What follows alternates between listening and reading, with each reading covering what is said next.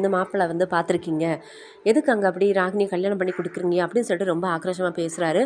So Pasupathi சொல்கிறாரு, நாங்கள் அங்கே தான் கொடுப்போம் என் பொண்ணை அப்படிங்கிற மாதிரி அவரும் பேசுகிறாரு. நிபன் சொல்கிறாரு, அங்கே போயிட்டு காவேரிக்கு ஏதாவது பிரச்சனை பண்ணீங்க உங்களை எல்லாரையும் தொலைச்சிடுவேன் அப்படின்னு சொல்லிட்டு வந்துடுறாரு.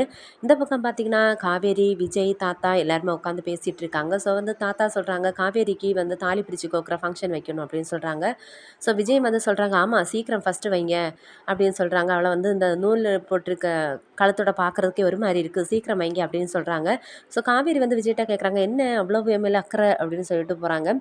சரி நீ ஆஃபீஸுக்கு கிளம்பு, ஈவினிங் வரும்போது நம்ம வெளியே ஷாப்பிங் போகணும் அப்படின்னு சொல்லிட்டு விஜய் சொல்கிறாரு. ஸோ காவேரி வந்துட்டு கிளம்பி போகிறாங்க ஆஃபீஸுக்கு. அதுக்கப்புறம் பார்த்தீங்கன்னா விஜயை பார்க்குறதுக்காக நிவின் வந்து ஆஃபீஸுக்கு போகிறாங்க. எதுக்கு அங்கேருந்து அஜயை வந்து ராகினி கல்யாணம் பண்ணி கொடுக்குறீங்க அந்த மாதிரி கேட்குறாரு. வேறு மாப்பிள்ளையே இல்லையா, இதனால பிரச்சனையாக வந்து காவேரிக்கு தான் வரும் அப்படிங்கிற சொல்கிறாங்க. ஸோ விஜய் வந்து சொல்கிறாரு, இல்லை அவங்க 2 பேருக்கும் மேரேஜ் ஆச்சுன்னா நீ ஃப்ரீ ஆகிடுவேன், அதனால் உங்கள் 2 பேருக்கு சேர்கிறதுக்கு பிறகு வந்து